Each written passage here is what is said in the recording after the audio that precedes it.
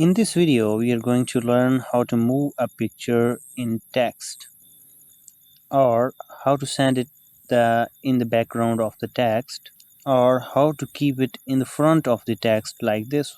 So let's get started. First of all, I delete this picture. Go to Insert tab, click on Pictures and insert your picture here.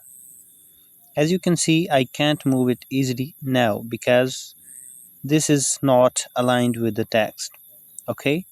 So here you click on the layout options and choose tight option to move it accordingly.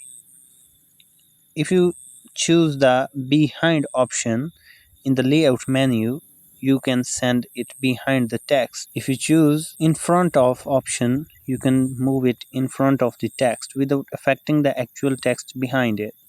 And if you choose top and bottom, you can insert it anywhere and the text will appear in the top or in the bottom of it.